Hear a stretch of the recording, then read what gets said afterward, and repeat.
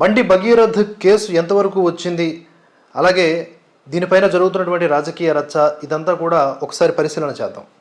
తాజాగా తెలంగాణ హైకోర్టులో బండి భగీరథ్ దాఖలు చేసినటువంటి ముందస్తు బెయిల్ పిటిషన్ మీద విచారణ జరిగింది. ఈ సందర్భంగా కోర్టులో ఇరుపక్షాలు కూడా ఒక రకంగా చెప్పుకోవాలంటే ఏదో వ్యక్తిగత పగలు ప్రతీకారాలు ఉన్నట్లుగా కొట్లాడుకునే వాతావరణం కనిపించిందట.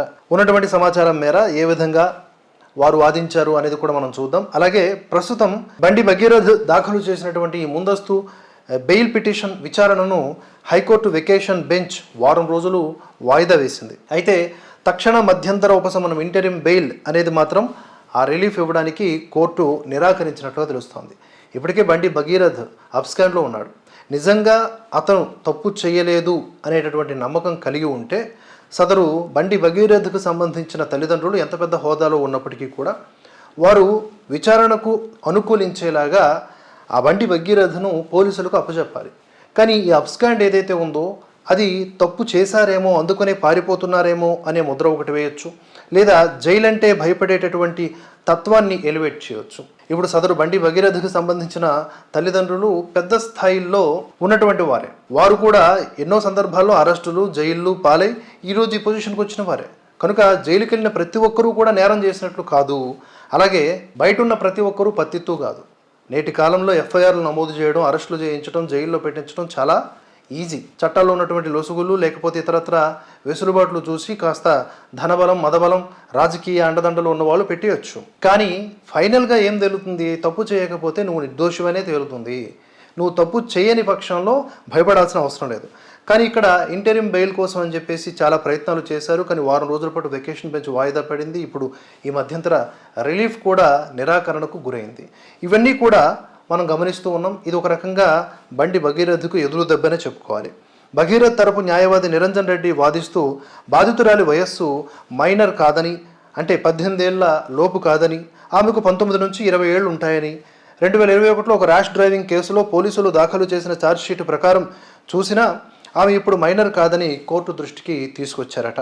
బాధితురాలి కుటుంబం కావాలని తప్పుడు రికార్డులతో వయసు తగ్గించి పోక్సో కేసు పెట్టించారని ఆరోపించారు. ఎవరో బాధితురాలి వయస్సుపై ఉన్నటువంటి వివాదం నేపథ్యంలో భగీరథ్ తరపున న్యాయవాది నిరంజన్ రెడ్డి వాదిస్తూ ఇలా మాట్లాడారు.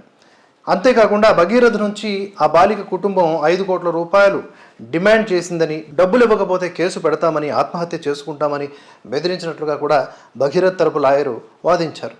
ఇప్పటికే దీనిపైన కరీంనగర్లో హనీ ట్రాప్, ఎక్స్టార్షన్ అంటే బ్లాక్మెయిల్ కేసు కూడా నమోదైందని తెలిపారు. అటు పోలీసుల కౌంటర్. బాధితురాలు తరపున ఆ పబ్లిక్ ప్రాసిక్యూటర్ నాగేశ్వరరావు వాదనలు వినిపించారు.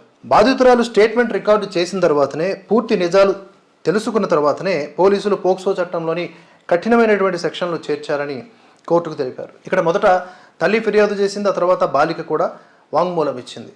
వెరసి కఠినమైనటువంటి సెక్షన్లు ఇంక్లూడ్ అయ్యాయి, అంతకుముందు అవి లేకుండే.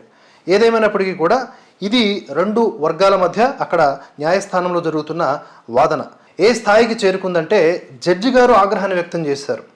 విచారణ సమయంలో పబ్లిక్ ప్రాసిక్యూటర్ భగీరథ్ను క్రిమినల్ అని సంబోధించారట.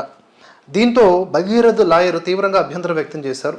విచారణ జరుగుతున్న క్రమంలో అతను నిందితుడు అవుతాడు కానీ ఏకంగా క్రిమినల్ అనే పదాలతో అతను సంబోధించడం అనేది కరెక్ట్ కాదు అంటూ పర్సనల్గా ఒకరికొకరు కొట్లాడుకునే పరిస్థితి వచ్చింది. దీంతో అక్కడ జడ్జి గారు వెంటనే సీరియస్ అయ్యారు. కోర్టులో సంయమనం పాటించకపోతే కేసును వేరే బెంచ్కు మారుస్తాము అంటూ హెచ్చరించారు.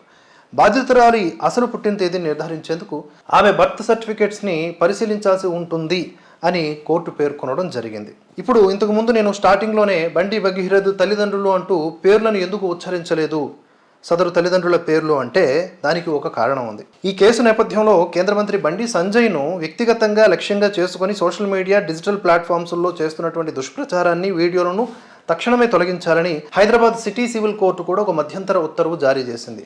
అందుకని చెప్పేసి మనం పేరు వాడవచ్చు, ఎందుకంటే మనం ఇక్కడ నిజాలు మాత్రమే చెబుతున్నాము, ఉన్నటువంటి సమాచారాన్ని మాత్రమే చేరవేస్తున్నాం తప్ప ఒకరిని పెంచడం, ఇంకొకరిని ఎంచడం లాంటివి చేయట్లేదు. సో మొత్తంగా ఇది తాజా పరిస్థితి. ఇంటరిమ్ బెయిల్ లభించలేదు, వారం రోజుల పాటు వెకేషన్ బెంచ్ వాయిదా.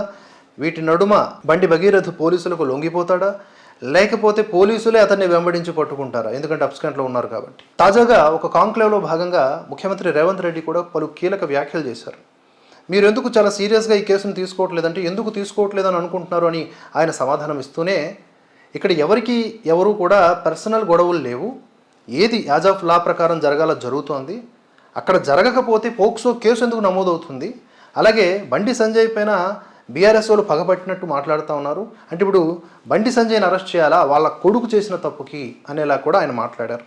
అంతేకాకుండా బండి సంజయ్ని ఉద్దేశించి ఆయన ఒక కీలకమైనటువంటి సూచన చేశారు.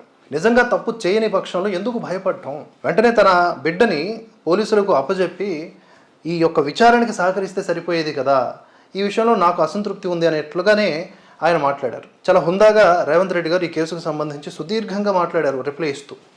సో ఓవరాల్గా ఇది పరిస్థితి. దీనిపైన అనవసర రాజకీయాలు, వ్యక్తిగత కక్షలు, కార్పణ్యాలు జొప్పించి కొంతమంది రెచ్చిపోతూ ఉన్నారు. దానికి రిలేటెడ్గా ఉండేటటువంటి ఒక ప్రత్యేకమైన సమగ్రమైన కథనం, ఎవరెవరిని ఎండగట్టాలో, ఎవరెవరిని ఎలా ప్రశ్నించాలో చేస్తూనే ఒక ప్రత్యేకమైన వీడియో మన భరతవర్ష మెయిన్ ఛానల్లో రాబోతోంది. అది చూడండి. అప్డేట్స్ కోసం ఈ ఛానల్ని సబ్స్క్రైబ్ చేసుకుని ఫాలో అవుతూ ఉండండి.